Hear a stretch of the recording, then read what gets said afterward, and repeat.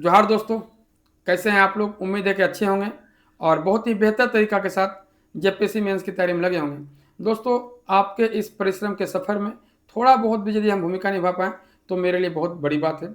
दोस्तों, आप सबका इतना प्यार और सम्मान देने के लिए बहुत बहुत धन्यवाद। और हम लोगों जो जो सेशन स्टार्ट किए थे आंसर राइटिंग का, जो पेपर थर्ड, जो नए बच्चे हैं बिल्कुल जाइएगा, प्लेलिस्ट में आपको मिल जाएगा शुरू से लेकर अंतिम तक आपको आंसर राइटिंग। तो आप जब भी स्टार्ट कीजिएगा, जो नए हैं बिल्कुल हिस्ट्री से स्टार्ट कीजिएगा। हिस्ट्री, ज्योग्राफी, पॉलिटी, पीए, और अभी हम लोग पहुँचे हैं कहाँ, तो आपका पेपर 5 में आपका Indian economic globalisation and sustainable development JPSC mains answer writing.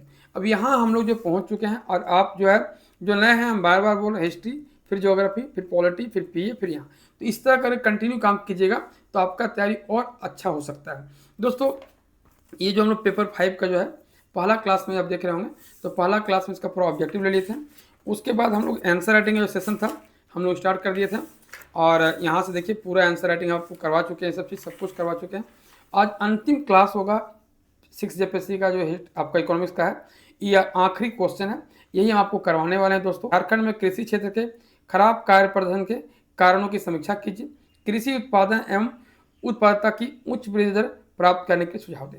अब यही क्वेश्चन है, पहले हम आपको समझाते हैं कि क्वेश्चन के बारे में, क्वेश्चन कहाँ से पूछता है। देखिए, आप हमेशा अपने पास सिलेबस रखिएगा। अब कृषि से क्वेश्चन है, तो आइएगा आप सीधा साइंस आपका पेपर 5 में, इकोनॉमिक्स में, देखिए यही आपका पेपर 5 है। इकोनॉमिक्स में आइएगा सेक्शन डी, जो झारखंड का सेक्शन है, झारखंड की अर्थव्यवस्था, लक्ष्य, मुद्दे और चुनौतियाँ और रणनीति। अब जानते हैं, देखिए ये ना आपको यहाँ मिलेगा झारखंड में कृषि, देखिए पहला है। दूसरा है कृषि और ग्रामीण विकास के मुद्दे, यहाँ भी है। ये देखिए हो गया ज्योग्राफी। उसके बाद ना आपको झारखंड में यहाँ भी मिलेगा। आप जाइएगा पेपर थर्ड में, तो पेपर थर्ड आप जाइएगा, देखिए पेपर थर्ड ये आ गया, सॉरी पेपर थर्ड में जो ज्योग्राफी है, ज्योग्राफी में भी झारखंड में सेक्शन में आइएगा ना, यहाँ पे झारखंड का भूगोल और इसके संसाधनों का उपयोग, यहाँ भी आपको कृषि मिलेगा, देख कृषि और सिंचाई। तो ये ना जो कृषि है सिर्फ एक इकोनॉमिक्स के लिए नहीं है, ये आपको हर जगह मिलेगा। झारखंड में जहाँ जहाँ सेक्शन है, जैसे आपका साइंस एंड टेक में भी मिलेगा कृषि, आपको दिखाते हैं हम। ये क्या साइंस एंड टेक में, साइंस एंड टेक में जाइएगा, आपका सेक्शन सी, कृषि विज्ञान, झारखंड का पूरा सेक्शन है। यहाँ भी आप आइएगा ना, यहाँ भी आपको मिलेगा वर्षा पारित कृषि, देख रहे कृषि, यहाँ पे वर्षा पारित, यहाँ पे सब, ये कृषि जलवायु प्रदेश, यानी कृषि एक जगह नहीं है। ये जो क्वेश्चन जो पूछा है ज्योग्राफी में, सिर्फ वो एक जगह नहीं है, वो 3-4 जगह पूछ सकता है। तो उसके पॉइंट ऑफ व्यू से ना बहुत ही इंपॉर्टेंट है। इसलिए जब भी आप रेडी कीजिएगा तो ध्यान से कीजिएगा। और चलिए स्टार्ट करते हैं आज का हम लोग आंसर राइटिंग का सेशन। यही क्वेश्चन है, पहला क्वेश्चन आपका अंतिम क्वेश्चन है। झारखंड में कृषि क्षेत्र के खराब कार्य प्रदर्शन के कारणों की समीक्षा कीजिए। कृषि उत्पादन एवं उत्पादकता की उच्च वृद्धि दर प्राप्त करने के लिए सुझाव दें। Discuss the causes of poor performance of agricultural sector in Jharkhand. Suggest measure of for achieving a high growth rate of agriculture production and productivity. यही आपका क्वेश्चन है। आप समझिए, आपको हम बताते हैं ये जो क्वेश्चन कहाँ से लिखा गया है। ये 3-4 किताब का कंटेंट है। सबसे पहले आपको हम दिखाते हैं जो कृषि है, ये ना आपका 70-80% कंटेंट यहाँ से लिया गया है। झारखंड की अर्थव्यवस्था, झारखंड इकोनॉमी, डॉक्टर विद्यानंद चौधरी। हम जब तैयारी स्टार्ट किए थे तो ये जो है किताब हम पढ़ रहे थे, हमको बहुत अच्छा लगा उसको स्टार्टिंग में। अब आपको हम दिखाते हैं कि जो क्वेश्चन पूछा है ना वहाँ पर दिया है। देखिए आपको हम दिखा देते हैं, आपको ज़्यादा फायदा होगा, समझने में भी आसानी होगा। देखिए एग्रीकल्चर, कृषि, यहीं पे ना झारखंड कृषि का महत्व, उत्पादन, ये सब यहाँ पे दिया हुआ है पूरा। आपको हम दिखा देते हैं यहाँ भी निकाल के, ताकि आपको ज़्यादा समझ में आए कि हमको तैयारी किस तरह करना है। देखिए यही है आपका कृषि, एग्रीकल्चर। यहीं पे कृषि का महत्व, बहुत सारा फैक्ट यहाँ पे देख पा रहे होंगे। फिर कृषि का इम्पोर्टेंस क्या है और कृषि की मुख्य विशेषताएं क्या है यहाँ का। फिर आपका देख पा रहे होंगे कि देखिए एक क्वेश्चन है, झारखंड में कृषि निम्न उत्पादकता या पिछड़ेपन के कारण झारखंड में कृषि समस्या, ये आपका देख रहे हैं। यहाँ बहुत सारा पॉइंट यहाँ पे दिया गया है। तो ये सब ना मटेरियल जो है यहाँ से लिया गया है, और यहाँ से जो है कंटेंट को तैयार करने का प्रयास किया गया है।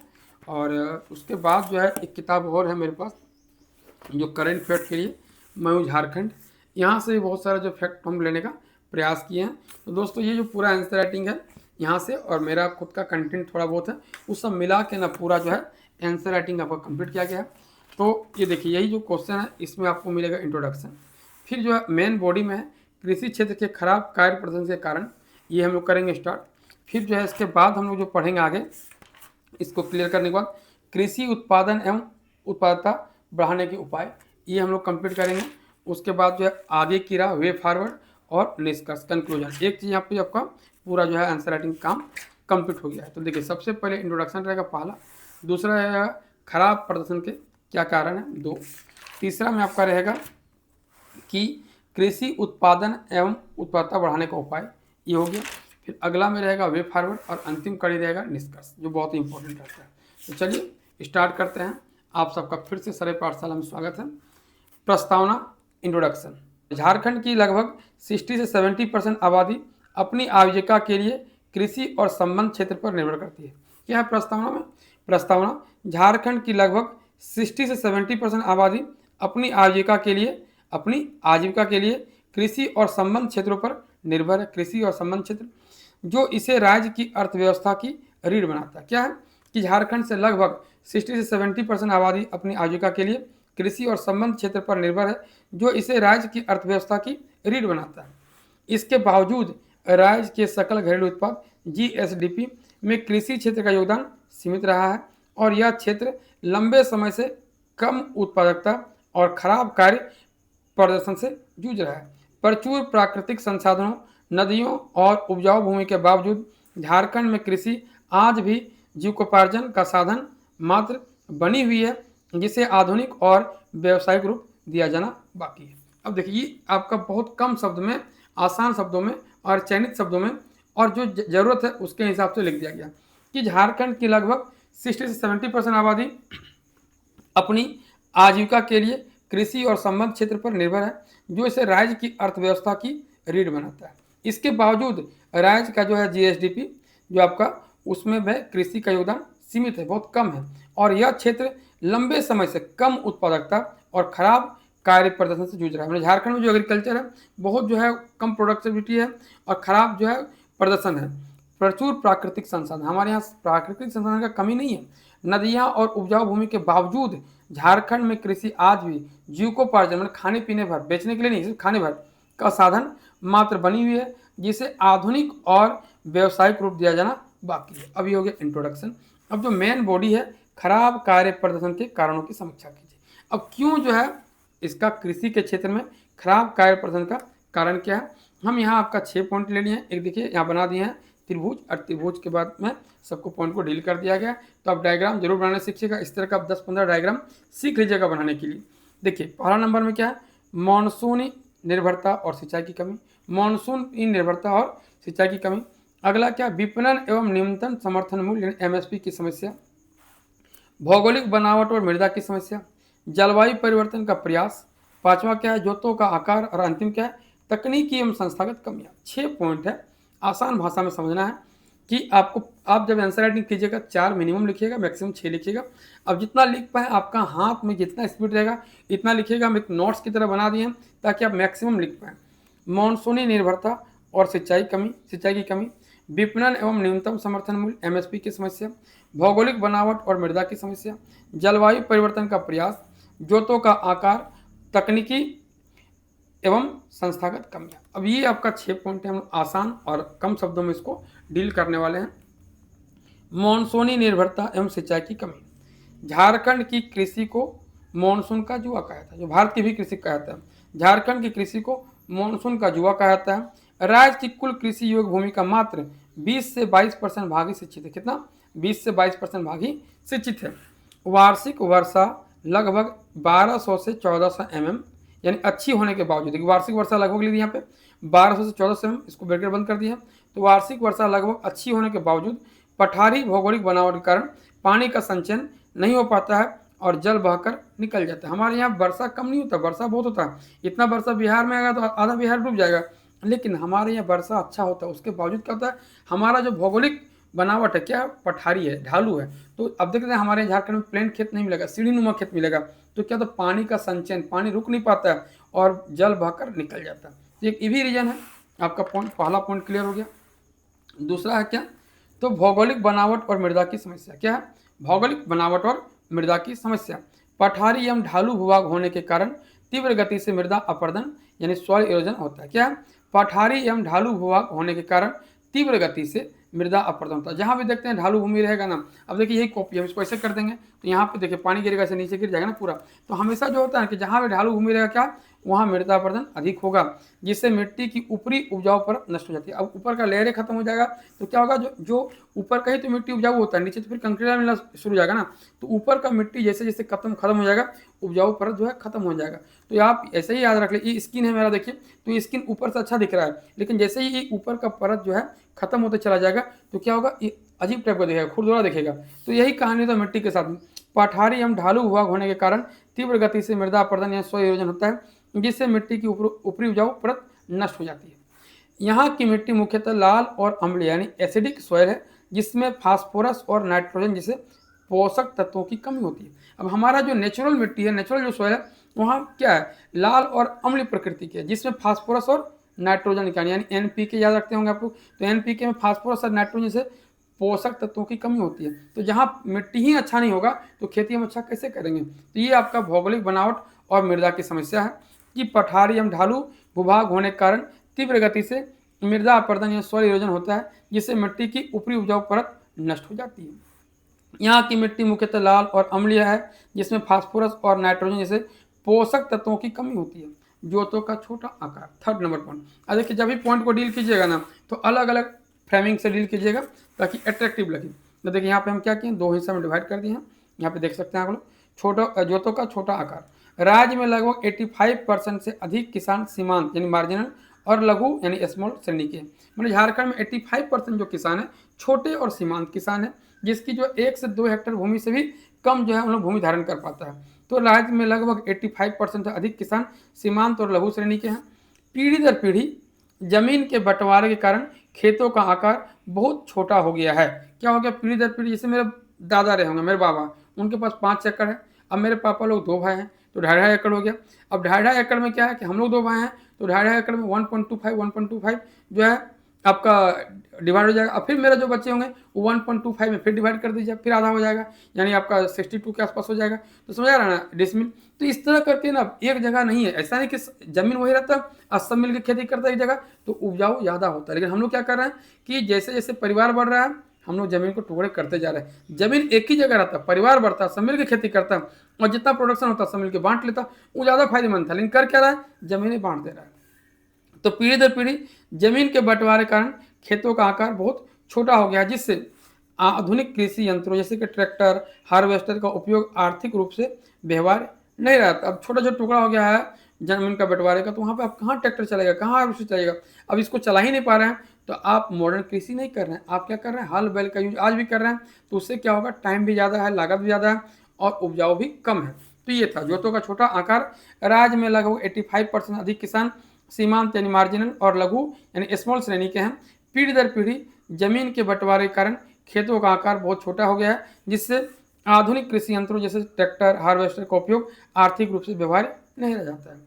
अब चौथा नंबर पॉइंट क्या है, तकनीकी एवं संस्थागत कमियां। तकनीकी एवं संस्थागत कमियां, एक नंबर पॉइंट में ए नंबर लिख दिए। उच्च गुणवत्ता वाले प्रमाणित बीज यानी कि HY सीड्स और आधुनिक उर्वरक का उपयोग राष्ट्रीय औसत से काफ़ी कम है। झारखंड में क्या कि जो HI सीड्स होता है, HI बीज होता है, मतलब उच्च गुणवत्ता वाले जो प्रमाणित बीज होते हैं और आधुनिक उर्वरक का उपयोग राष्ट्रीय औसत से काफ़ी कम है। अब जहाँ पे बीज अच्छा नहीं होगा वहाँ पे प्रोडक्शन भी अच्छा नहीं होगा। अब दूसरा नंबर पॉइंट क्या इसी में, संस्थागत ऋण, क्रॉप लोन तक छोटे किसानों की पहुंच। पर संस्थागत ऋण समझते हैं, संस्थागत ऋण क्या होता है, वैसा ऋण जो गवर्नमेंट के द्वारा दिया जाता है जहां ब्याज कम होता है, जहां दलाल हो गए हैं या फिर गांव के जो बड़े लोग हैं उनका वहां प्रभाव कम होता है, उसको बोलते हैं संस्थागत ऋण, क्रॉप लोन। संस्थागत ऋण जो क्रॉप लोन तक छोटे किसानों की पहुंच बेहद सीमित है। जो संस्थागत ऋण है, जो क्रॉप लोन्स होते हैं, जो हम लोग खेती बाड़ी के लिए लेते हैं, तक छोटे किसानों की पहुंच बेहद सीमित है, जिसके कारण वे आज भी स्थानीय साहूकारों के चंगुल में फंसने को मजबूर है। जब हम 100 रुपया लिए हैं, आपका जो है अब सपोज समझिए कि 100 रुपया आप लिए हैं लोन, गांव का जो किसान लोन लेता है वो 10% मंथली दर के मंथली इंटरेस्ट लेता है, यानी एक महीना में 10 रुपया। तो सोचिए कि फिर अगला महीना 10 रुपया, फिर अगला महीना 10 रुपया, तो इस तरह एक साल में क्या होगा, नहीं चुका पा रहा है तो 100 रुपया हो गया आपका क्या मूलधन और 100 रुपया हो गया ब्याज, यानी 200 रुपये देना होगा। लेकिन यही यदि आप लेते हैं गवर्नमेंट से लोन तो 10% या 11% हो गया, यानी साल भर में आपको क्या है कि 10 से 12% ही देना है पूरा साल में। लेकिन यहाँ पे क्या तो 100% हो जा रहा है। तो इस तरह से क्या है, संस्थागत ऋण तक छोटे किसान की पहुंच बेहद सीमित है, जिसके कारण वे आज भी स्थानीय साहूकारों के चंगुल में फंसने को मजबूर हैं।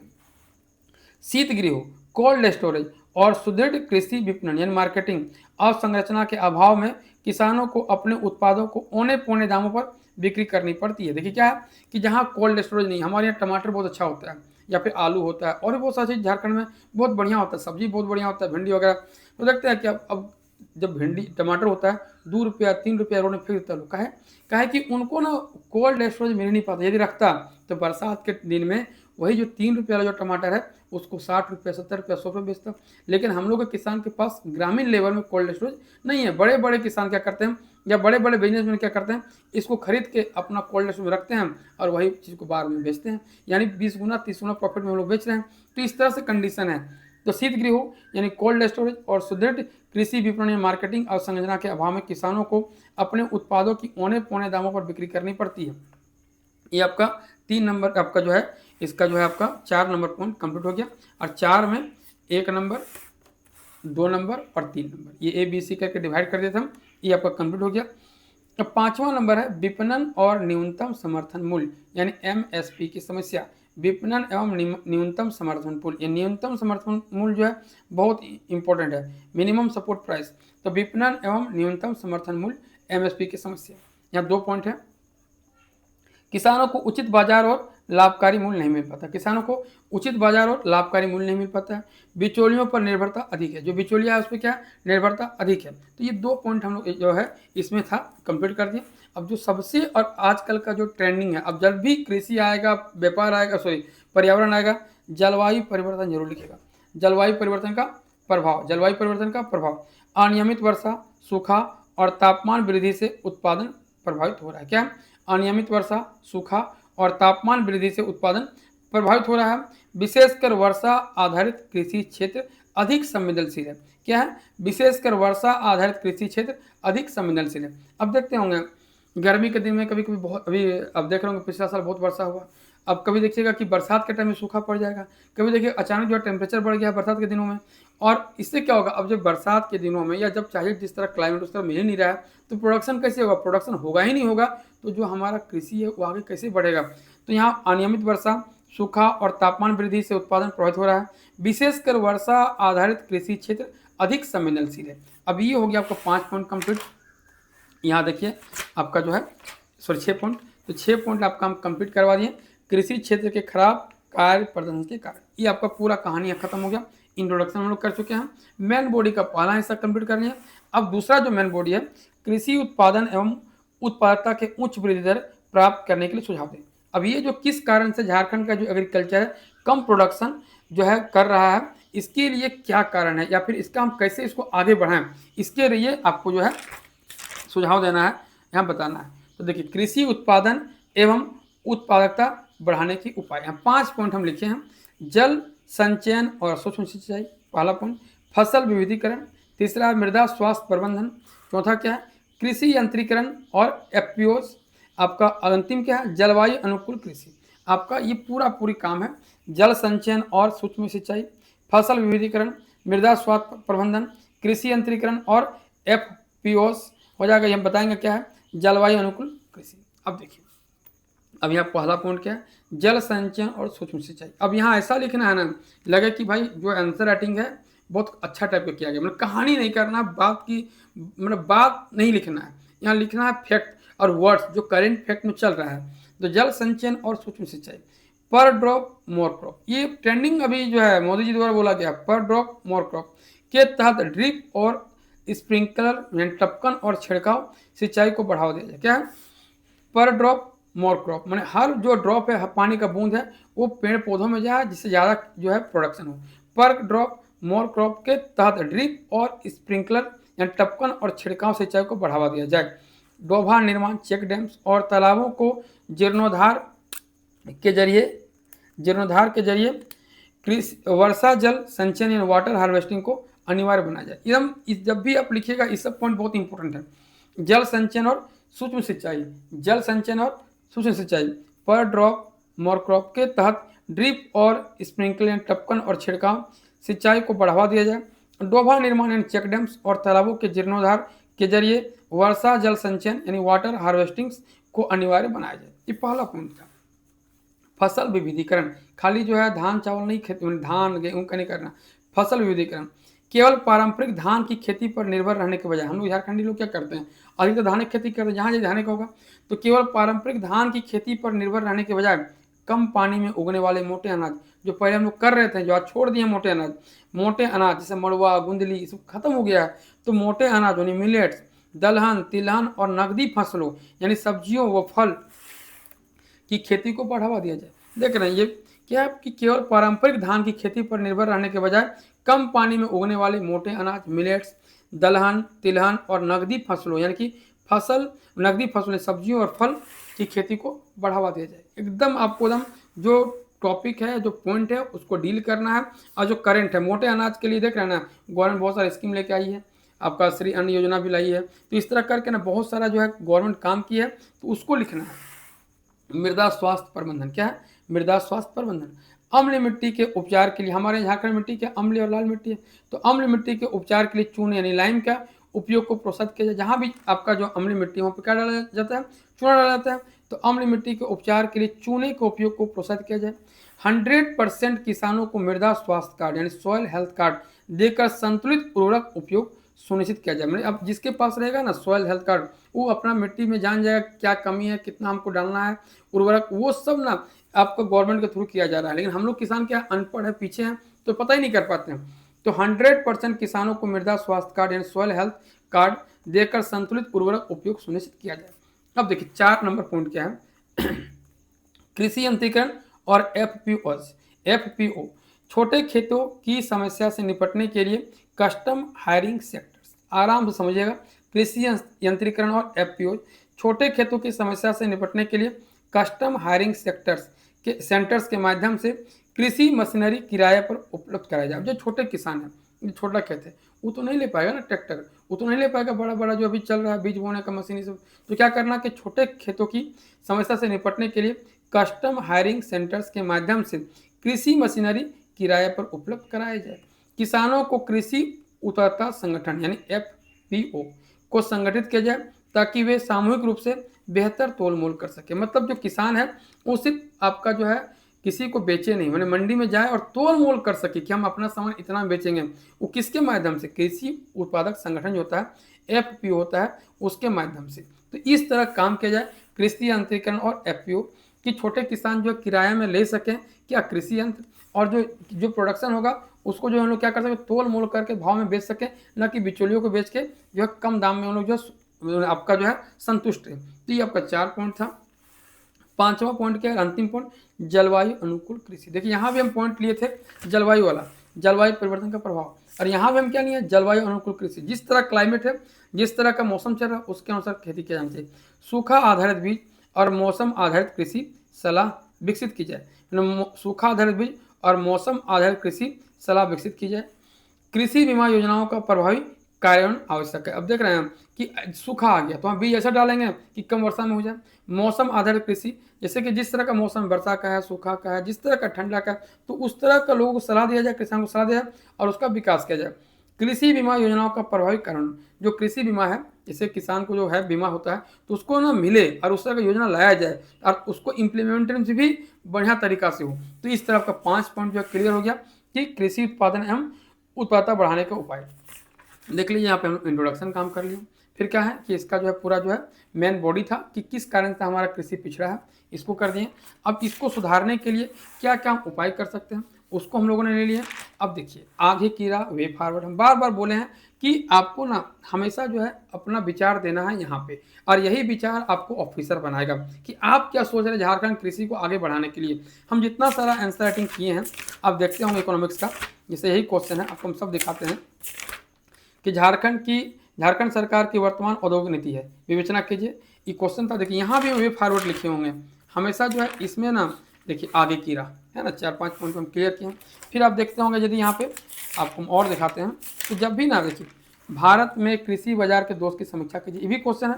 देखिए अब इसको भी पूरा बढ़िया से लिखे थे हम और आपको हम करवाए भी हैं, वहाँ भी आप जाइएगा तो मिलेगा आगे की राह सुझाव वे फॉरवर्ड। तो आपको ना ये लिखना, यही आपका जो विचार है ना आपका जो एग्जामिनर जो कॉपी चेक करेगा समझेगा कि ये क्या समझ रहा है, सोसाइटी को क्या समझ रहा है। जैसे यहाँ क्वेश्चन है कृषि को, तो कृषि को क्या समझ रहा है, खाली क्वार्टर के अंदर एसी के अंदर बैठ के पढ़ के आ तो नहीं गया। यदि ऐसा पढ़ के आ गया तो भाई वो तो वैसा ही काम करेगा फिर।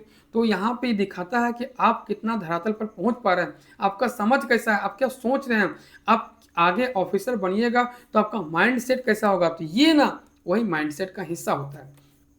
आगे की रहा वे फॉरवर्ड।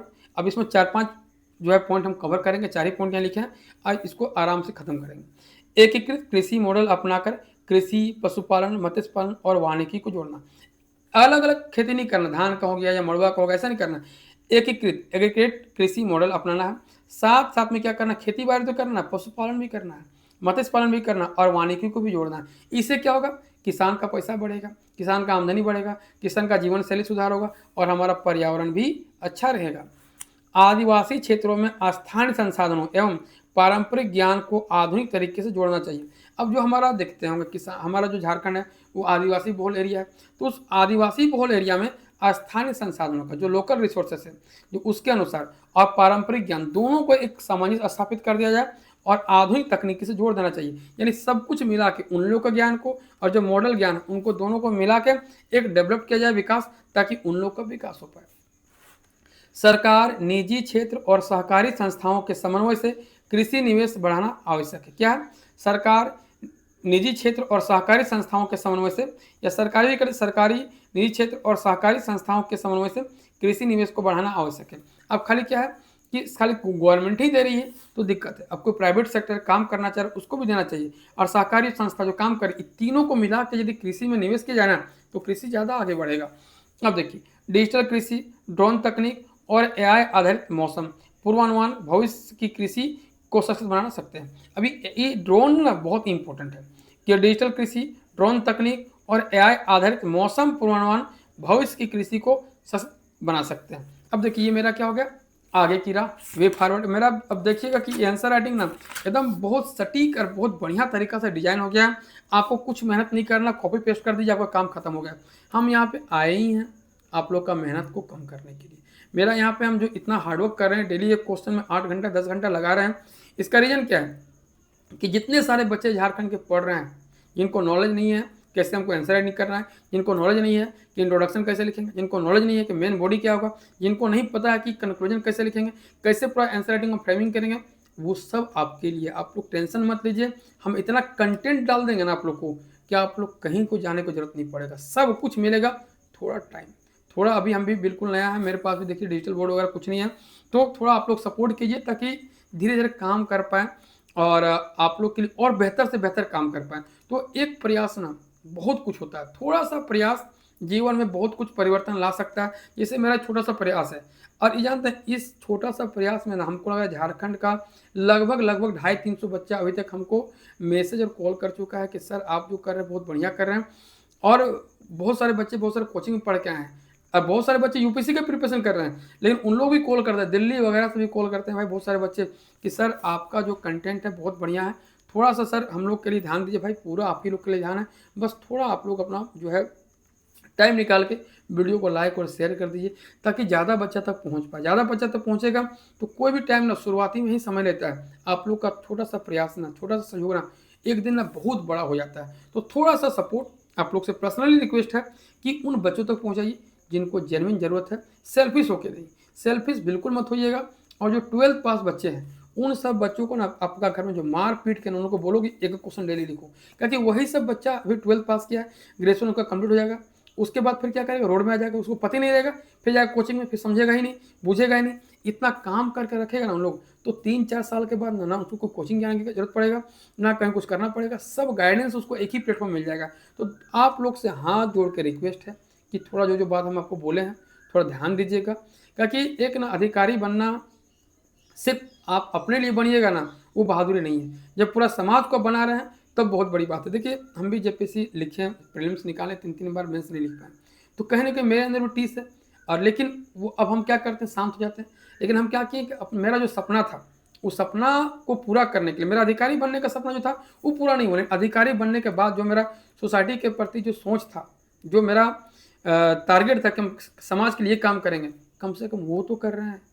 तो हम इससे तो बहुत खुश हैं कि भाई कि हम जेपीएससी का में अधिकारी नहीं बन पाए, लेकिन मेरा सपना नहीं मरा, मेरा सपना जिंदा है और उस सपना के थ्रू हम धीरे धीरे काम करेंगे। तो भाई थोड़ा सा आपका सहयोग बहुत बड़ा जो है रोल निभाएगा। तो चलिए यहाँ काम खत्म हो गया। अब आते हैं निष्कर्ष, कंक्लूजन जो खत्म करेंगे हम लोग। झारखंड में कृषि क्षेत्र का खराब प्रदर्शन, निष्कर्ष में कंक्लूजन में आते हैं।